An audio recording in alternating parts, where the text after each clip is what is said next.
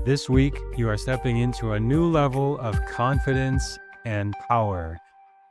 Over the month of April, we've been working with the theme of finding your self-trust and strength through surrender, through letting go, through not needing to control or be attached.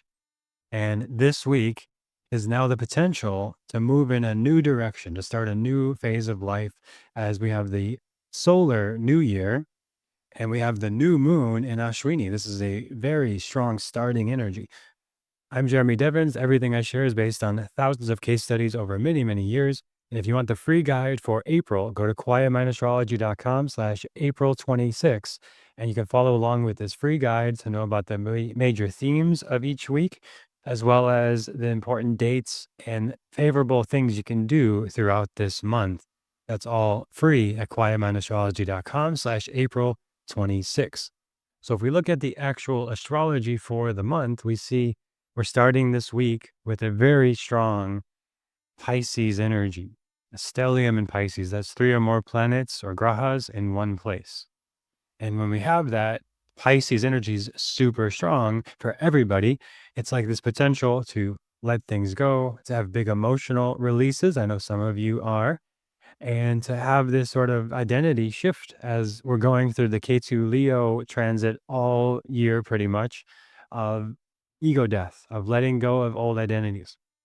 And we see a very big level globally with the No Kings protest, No Kings, K2 Leo. But on a personal level, it's finding our own power by letting go of false sense of power, false sense of control. And so far in April, the theme has really been about letting go, releasing what is not really working anymore. And if you're still holding on, it creates more suffering. As we pass through the sun, gone down to a point this week, sun is moving through the last degrees of Revati Nakshatra, the last nakshatra, the last sign of the zodiac, into its exaltation on a couple days here. It's going to be sun in Aries and the solar new year. And the exact day of that, if we go through the days of the week, we'll see April 14th, we have the sun in Aries and Ashwini with Venus as well. If you're watching the video, don't worry about the ascendant part. That's not relevant for this. But we have the sun exalted now for the month of April, which happens every year, mid-April to mid-May. And sun is your sense of power, vitality, confidence, energy, enthusiasm. And Aries is where it's at its best. So you can find your strongest sense of confidence and power. But if you haven't done the work of surrender of this month, that confidence can be based on ego and false sense of control, pride, arrogance. Sun in Aries on its worst side or shadow side or more inauspicious side can have these qualities: arrogance, control, false sense of power, pushing people around, dominating, these kind of things.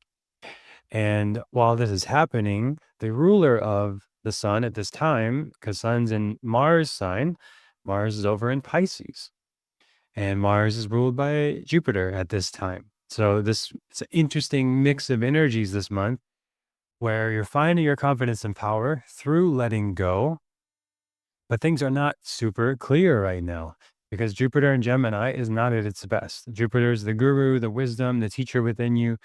Gemini is like, well, it could be this or it could be that. Let's explore this idea. What about that idea? Let's be playful here. Let's be curious. Let's explore. So it's not so definitive. Whereas the sun in Aries is like a boss who wants to just charge ahead and say, this is the way it's going to be. You may have a part of you that really wants that clarity right now as we're in the solar new year. You want to just go ahead, say, okay, this is the way it's going to be. But there's still a part of that action that's tied into this Pisces of like, well, you've got to let something go. And it's not comfortable to do that. It's vulnerable. It's scary. And the actual direction to go and the potential and the possibility is a little unclear. And it's like still exploratory with Jupiter and Gemini, which will change on June 1st. We're not there yet with that one. So right now it is still this explorative energy. But the positive side of that is Jupiter's in its own nakshatra of Punarvasu this week throughout this. And this is several weeks, this particular thing. But Jupiter is in its own place where it is hopeful. It is a sense of renewal of hope this week, a renewal of possibility, a potential direction, but there's actually multiple potential directions. So it's not the clearest time. So to play to that strength, to work with that rather than against it, it's a great time to explore options, to make a list of pros and cons, to just put your feelers out there of what direction you want to go. Now, specifically, you might want to check where Aries is in your birth chart. So if you have this in your first house, it's yourself and your identity. If it's in your seventh house, this is affecting your relationships. If it's in your 10th house, it's affecting your career. Wherever Aries is in your birth chart. If you don't have your free birth chart, go to quietmindastrology.com. You'll see the link there to get your free birth chart. So that helps you understand how this affects you more personally. And in the free guide for this month, I have some of the main focus keywords for everybody for the whole month. You can check out the monthly horoscope for more on that. You can also check out the free guide and see the keywords for each zodiac sign based on your rising and moon sign. You want to check both of those. So if you're Aries rising, a lot of the lesson this month is around rest, letting go, inner life, etc. So that's the really big thing, the energy this week. The solar new year, the sun's in Aries, resetting this movement to the zodiac. It's a auspicious energy for starting, beginning, moving in new directions. Venus is there as well, which can bring new beginnings in relationships. Venus has already passed through Ashwini. It's in Bharani now, which is a more sexual and sensual energy. So this can be very good for anything working with the senses, like getting a massage, listening to music, dancing, working with the senses, visual art, interior design of the home, and anything with like going on a date, sensuality, sexuality, and relationship, tantric practices, all very favorable this week in particular. And of course, through all of this, Saturn is still in Pisces all year. That's, that's a long-term 2.5 year cycle. So we started last March and it's still going on now.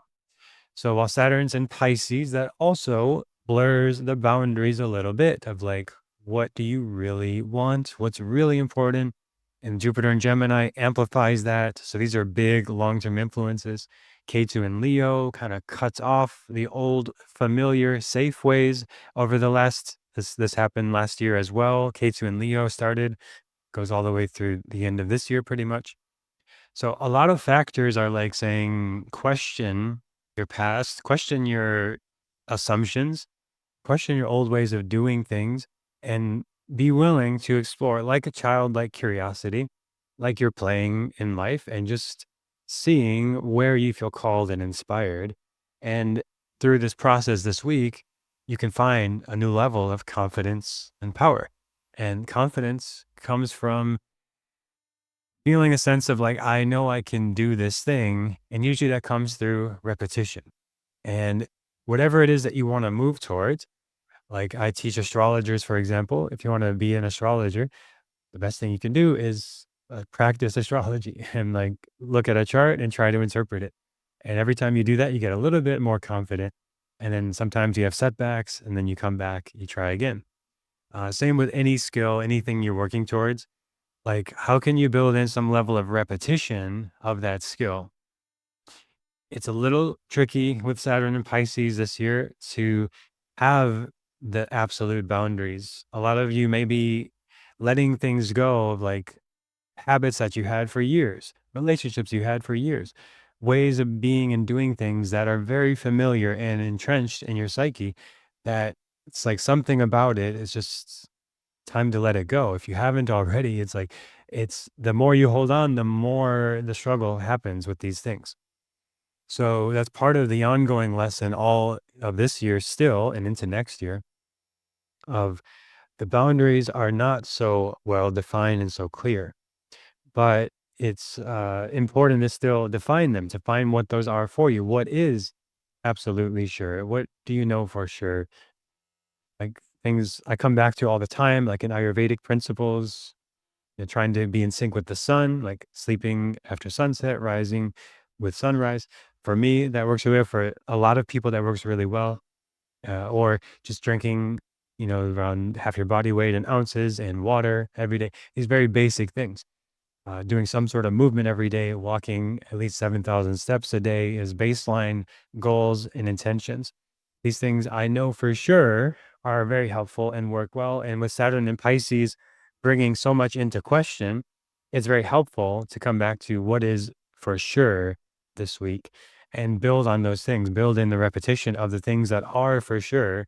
And the things that aren't for sure have a little more spaciousness around them. Like there's more potential to clarify those things because the things that are important and are essential are clarified. All of this while Rahu's in Aquarius, as we talked about. This also started last March, last year, when K2 was in Leo, Rahu went to Aquarius. So Rahu in Aquarius is bringing this movement towards a passion for innovative ideas and what's going to be in service to society and the world at large.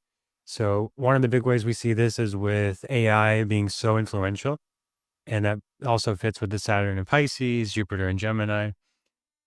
A lot of factors moving towards innovation and technology.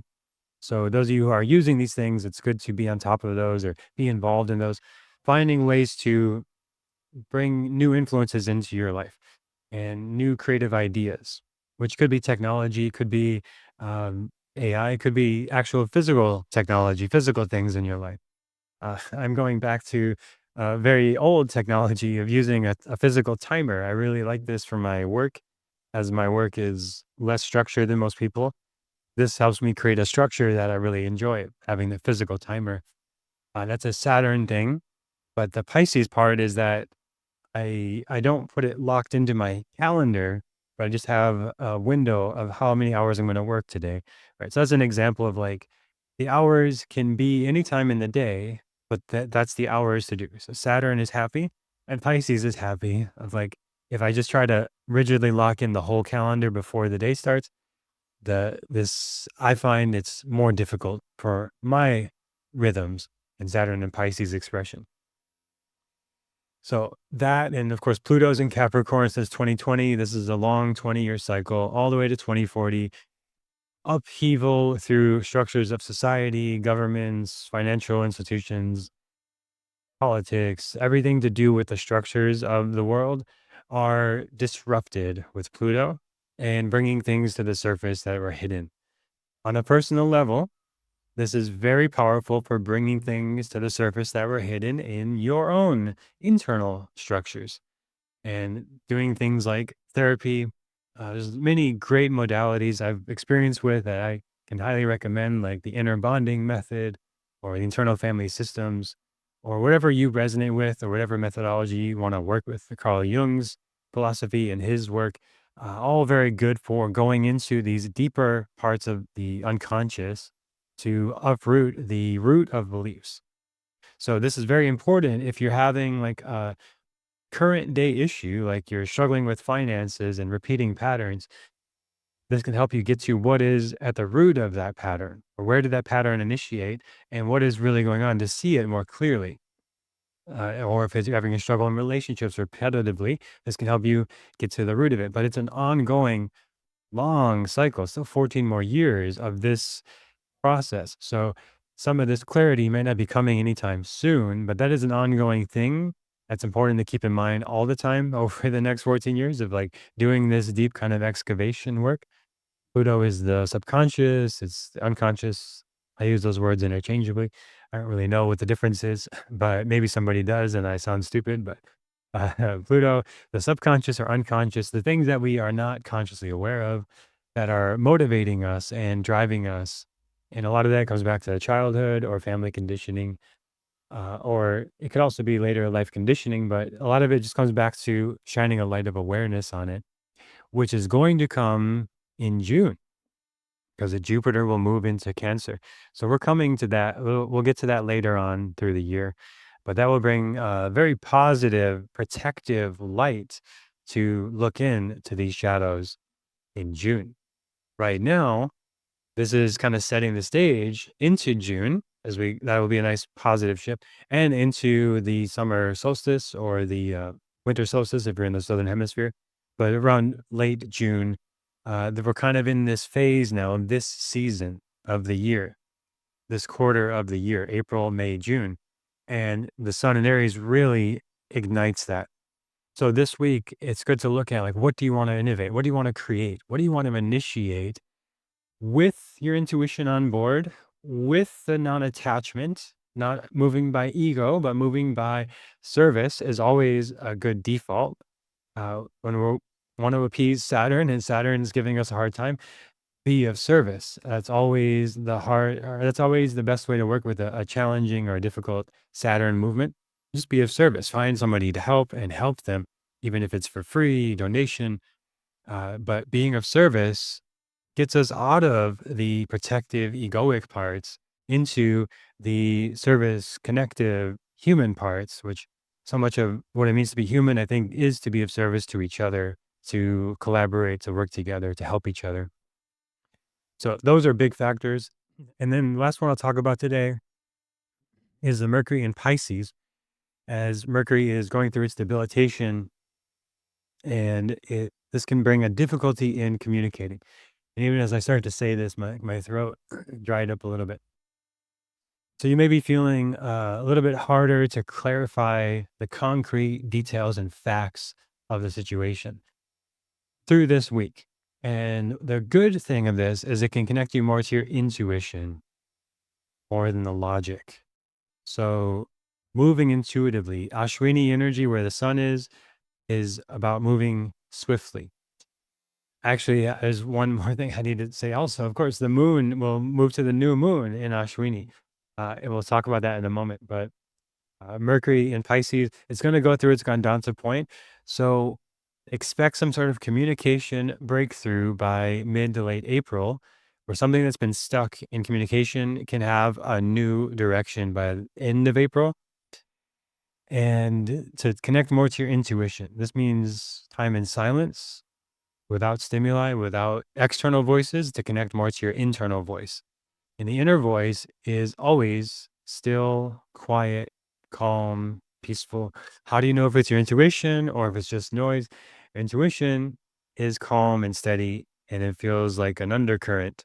The noise, the distraction, the fears, the worries feels like the waves crashing on the top of the ocean. But the undercurrent is deep, slow, and much more powerful. That's your intuition. Well, you've got to basically sit and allow yourself to sort of sink into that deeper layer of the water, metaphorically, but also the deeper waters of your intuition of Pisces. So a lot of this potential of intuitive insights this month as well. But then, yes, really the most important thing besides the sun in Aries, the solar new year, is then the moon in Aries in Ashwini, the new moon this week, towards the end of this week. And that is now potential. New moons are always the time for setting intentions, new beginnings, new potential. Ashwini is about moving quickly, swiftly, initiating, starting something. And particularly things that are healing in nature is very good. So any sort of healing course, method, modality, process, starting a new diet, starting a new healing regime, these kind of things, all very favorable towards the end of this week. If you haven't done some sort of cleanse or fast through the season transition, the end of the winter season for a lot of you into the spring, still a good time to do that if you haven't already. Generally around the equinox is the best time to do it, but everyone's seasons are actually a little bit different depending on the weather patterns there. So if you haven't done some sort of cleanse, fast, releasing process, this is good to do here. And what you want to create, what you want to innovate, what you want to direct your life force towards, very good things to consider this week. And again, you might want to check where this lands in your birth chart. So wherever you have Aries in your birth chart, it's a new moon in that house, in those energies of that house. If you're not familiar with the houses, there's a whole series in the archives. Go all the way back. You'll find a series on each house and how to work with them. But that's a big part of the transits, is then applying this to your houses. So new moon in Aries, new beginnings, new potential, a swift healing energy. And if there's something that's been stuck health-wise, this has the potential to quickly change the health and quickly improve health if it's already in a good place. So very nice energies this week, very positive, forward moving energies. If you're finding the more challenging expressions coming out, you might want to do some of the practices for this. This is what we teach inside of new moon alignment. And that's where you'll find the full guide for this month, new moon alignment, at quietmindastrology.com/new moon. And that's where we work with the energies of each new moon cycle. We meet live, we have community support, and we do practices for these energies. At a higher level, I've given you some practices in the free guide. And on the site, I give a playlist of deeper practices that you can do throughout the month at your own pace. You can practice daily, weekly, or once a month, however it works best for you. But you have that support and that system there inside of quietmindastrology.com/new moon. And if you want a one-to-one reading to work with these energies, you can also schedule that at the website. So for this week, the main thing, the main practice, the auspicious action to take is to set intentions. Simple as that. You notice yourself doubting, waiting too long, overthinking, worrying, just come back to this. Just take 5 minutes at least to set some sort of intention for this moon cycle, what you want to create, what you want to heal, what you want to initiate. And however that looks for you, it's a very personal thing. You might spend longer with this. I usually spend much longer time with these things. I find them very helpful and very useful. But at least 5 minutes to just think about, what do I want to create this month? What do I want to put my energy into?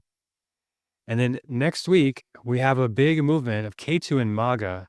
This is about releasing identity, letting go of who you thought you were supposed to be. It's a big movement next week. And last week we talked about what your emotions are trying to show you. So you might want to review that one of see what your emotions have brought to the surface for you to feel and heal and move forward now this week. And then next week, might find that you run into still some things that are stuck in the craw and the identity that need to be massaged out, some knots in the tissue, so to speak, that you still have a level of a grief process to go through next week of letting go of an identity. Because you've taken this action, you moved in a new direction. Now there's something to let go in the next week of April. And then the last week of April, it's actually another positive energy. So it's a little bit of a roller coaster this month, but we'll talk about that more next week on the podcast. And thank you for listening. If you found this helpful, let me know in the Spotify comments and YouTube comments, and I'll share more with you soon. Have a great week.